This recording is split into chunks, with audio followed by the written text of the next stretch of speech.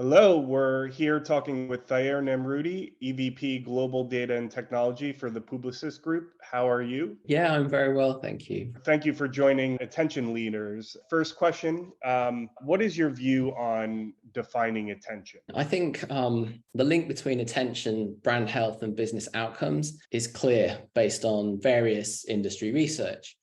Given the buzz over the last 12 months around this topic, I think it'd be easy to think that marketers discovered an entirely new concept, but spoiler alert, advertising attention is not a new idea. Since the printed newspaper, in fact, when ads in the mid-19th century, brands have been trying to attract an audience's attention. However, when it comes to a commonly agreed definition, there is surprisingly little academic work in this field, especially given the fundamental role of advertising in garnering and retaining attention. Contemporary research, things like the attention economy, Dentsu issued in 2019, put forward the idea that marketers should think of attention as a scarce resource and that an increased understanding of attention can fuel better client marketing strategies.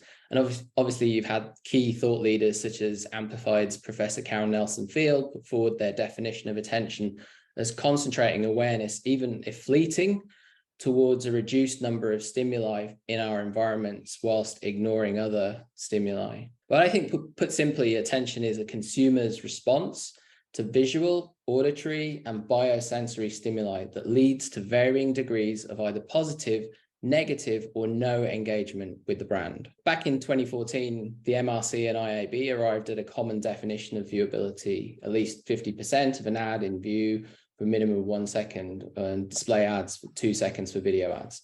Today, I think it's a commonly accepted that the definition of viewability is immutable. Essentially, it's based on number of pixels and time in view. So whilst it did take some time for the industry to embrace and adopt the definition of viewability, the challenge that attention faces is arguably greater, with the additional complexity of varying data collection methods, eye tracking, panel-based surveys, crawler, device metrics that use things like scroll speed. Compounding this problem is the fact that attention measures created by companies operating in this space remain somewhat of a black box. And so standardization becomes impossible until there can be some agreement on a common approach, or at least a common framework for measurement. So for now, I think the industry seems to be veering towards time as the key metric with attention seconds, but who's to say that it shouldn't be some other metrics such as depth of attention, for example? I think lack of a clear attention definition and set of standards doesn't seem, though, to have stopped the industry's appetite to want to apply attention to help solve some of digital marketing's biggest problems, such as understanding the true value of an impression and how media investment can be more cost efficient as well as deliver higher quality. And at the same time, pursuing cost efficiencies, advertisers are seeking to be more effective in the way they shape their digital buys. This has led to a small but emerging trend in measurement partners creating trusted, attentive marketplaces and things like that. These companies are essentially curating private marketplaces, PMPs, and partnering with SSPs to enable buying against their attention metrics and inventory that scores highly against their attention algorithm. Then, of course, there's the question of whether attention should be used as a trading currency. And the reality is, I think that for attention to be effectively used as currency requires a common definition and set of standards. And it also requires marketers and the industry to scale the collection of data to move away from the classic opportunities to see and opportunities to hear, OTS, OTH type model, shift to a trading model based on whether someone has seen the ad or not. I mean, that would be a revolution for sure. While the field of advertising attention is still pretty nascent, the opportunity, I think, to create real value for marketers, though, is significant. So harnessing the power to capture and retain attention and in doing so, optimize creative and media at scale remains the North Star, I think. So, you touched a little bit upon, or you touched a lot on kind of how the industry is looking at attention measurement and metrics. Could you elaborate on how you think marketers involved in planning media and creative should be thinking about how they incorporate attention into their workflows? I think certainly from a Publicis perspective, since 2019, I would say We've been involved across our media and creative agency teams across the globe, and we've been piloting attention measurement approaches, exploring ways to bring attention metrics into our planning and buying process on an ongoing basis. So we evaluate and recommend partners that work best for clients' marketing objectives in ways that solve specific measurement gap. For instance, our global data intelligence practice helps clients set learning agendas, validate hypotheses, develop a process to apply the learning and insights into planning and activation.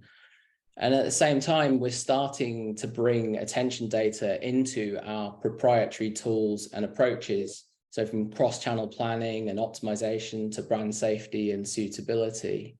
I think, we take an organic or bottom-up approach to devise use cases that are best and bespoke to our clients. And I would say these fall into, probably a number of different categories. So firstly, insights for planning. We use descriptive analysis to understand how attention differs by platform, program, day part, audiences, to inform planning. Our agency teams are already using attention to test the impact of media versus creative and identify which creative elements drive the greatest attention.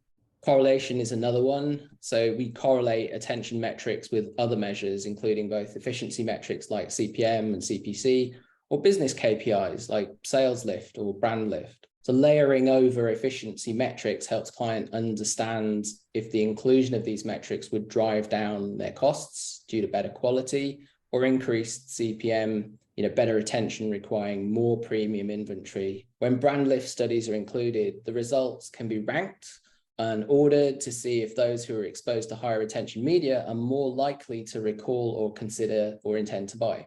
I think thirdly, control experiments. We do a lot of these. So for global market by market or location specific brands, these experiments provide ample insight into audience nuances and test our understanding of whether optimizing for attention generates better results, brand or sales, than optimizing with existing methods.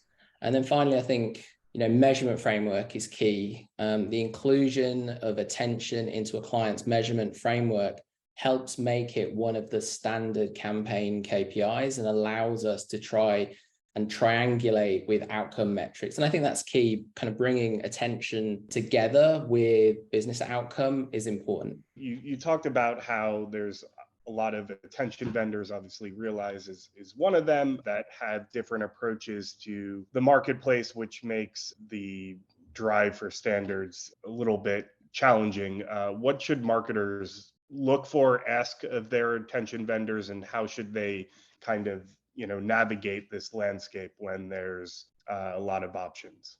This is definitely a role where agencies can kind of, really help. For example, at Publicis Media, we help our clients vet solutions and conduct attention RFIs in order to identify the best partners that work for each marketer's specific challenges and learning objectives. So we would consider things like, media channel in focus, specific customer journey, where the biggest opportunities exist, measurement gaps, and other factors.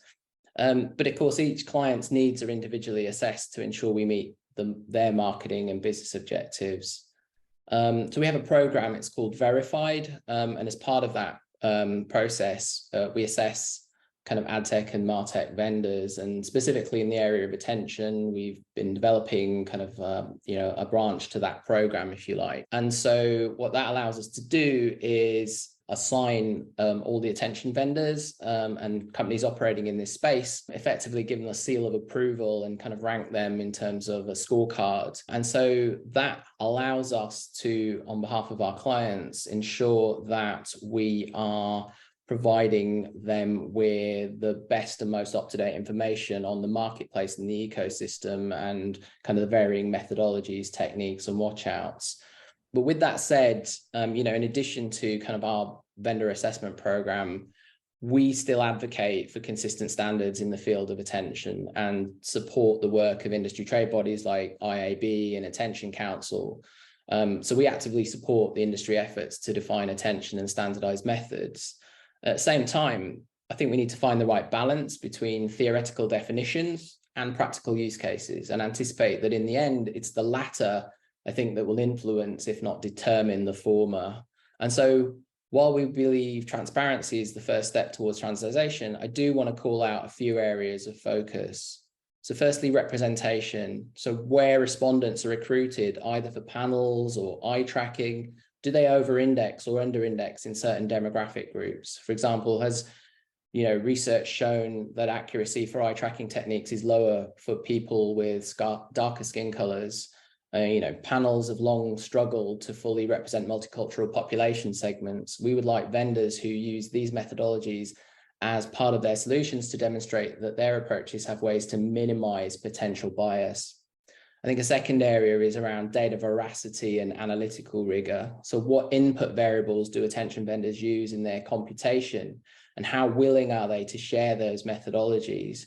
I know of one attention vendor that recently undertook a PwC audit of their methodology and made the findings available to clients.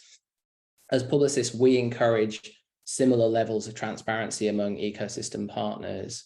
And then finally, I think transparency. So this is a key one, especially as there's a lot of buzz around things like AI and ML right now. So if AI is used, what specific modeling methods are being deployed, how accurate are the models, and how explainable is the output?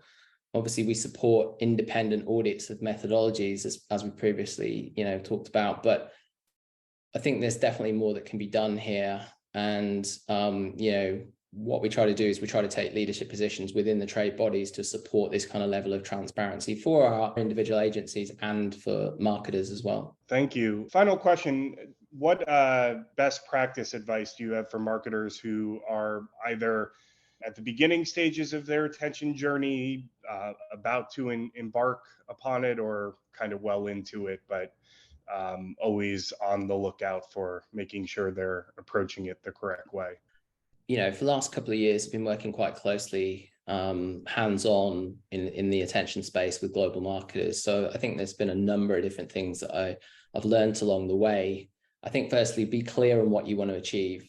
Start by creating the business case or strategy internally for investing, defining an initial proof of concept and being clear on the objectives, which could focus solely on attention for creative optimization or driving attention as part of your media strategy. Two key questions to a clearer brand objective. What do you want to measure, and what are the KPIs? And as you build up momentum from initial tests, you might want to integrate attention testing as part of your annual planning. And I think the route that you take, whether it be media or creative, kind of almost determines to some extent the partners that you would work with. And obviously with Realize, you are operating across the entire space there of media and creative. And then secondly, executive sponsorship helps accelerate. I think as you create your plan for an attention program, you'll likely start with a business case and need to convince marketing or procurement that investments in measurement may be required to prove the effectiveness of investing in attention. So having a key sponsor at the executive level, ideally the CMO, can really help to rally teams around a common goal. I think as well, not all attention vendors are equal, right? We talked about the audit methodology, the landscape of technologies, methodologies, market coverage, rapidly evolving. This is super fast moving space. So I think, rely on your agencies to be able to provide you with that consult and that advice, because they're actively making sure that the ecosystem and the landscape is appropriately vetted in terms of all of those factors that I talked about. And the other thing is, attention testing is not a, quote, special data project, right? When it comes to your test and learn program and setting up measurement for the campaign, it's important not to think of it as a special lab environment, one-off data analytics project. Attention testing should be a straightforward exercise, and at its most basic, simply the addition of a tag as part of a digital media buy. And I think approaching attention testing as an additional layer on top of a business as usual campaign, for example, instead of a special data project, will help to get wider buy-in from stakeholders and allow more testing to be done. More testing means more data points, more evidence to begin to draw up your own brand specific attention guidelines. I think finally, my top tip is beware of proving 1 equals 1, right? So some attention vendors offer historical analysis as part of their offering. Now, whilst this can be good to get you started, the analysis essentially retrospectively applies their model algorithms back against key campaign data. such as impression delivery, engagement, etc. Now, the net result will uncover revelations such as YouTube Unskippable provides higher levels of attention, and whilst that might not necessarily be the light bulb moment that you were expecting, and retrospective analysis may deliver a minimum marginal value, it'd be much better, I think, to instead focus on testing in the live environment and collect your own first-hand insights to drive better investment decisions. Thank you so much. Anything else you wanted to add? I just think the space is moving really quickly. There is definitely appetite that we're seeing amongst marketers to want to explore. Testing is key, and draw your own insights and build your own data and guidelines from the experiences that you create. And I think fundamental to the establishment of attention as a key kind of marketing lever is the industry coalescing around a definition and a set of standards. Now, I know there's been a lot of debate around that on whether or not we'll ever get to definition, but I think back to the kind of early days of, as we were thinking about things like viewability, and whilst it did take some time, we got there. And I think for marketers, it's important because as they start to think about building consistent learnings and insights, they need to be able to focus on the campaign and the brand rather than like figuring out what the current vendor's attention metric looks like compared to another, for example. And so for me, simplicity is key, and making sure that we as an industry get to a common set of standards and definitions is important. Great. Thank you there so much. This was really informative, and I enjoyed talking to you. Thanks, Keith.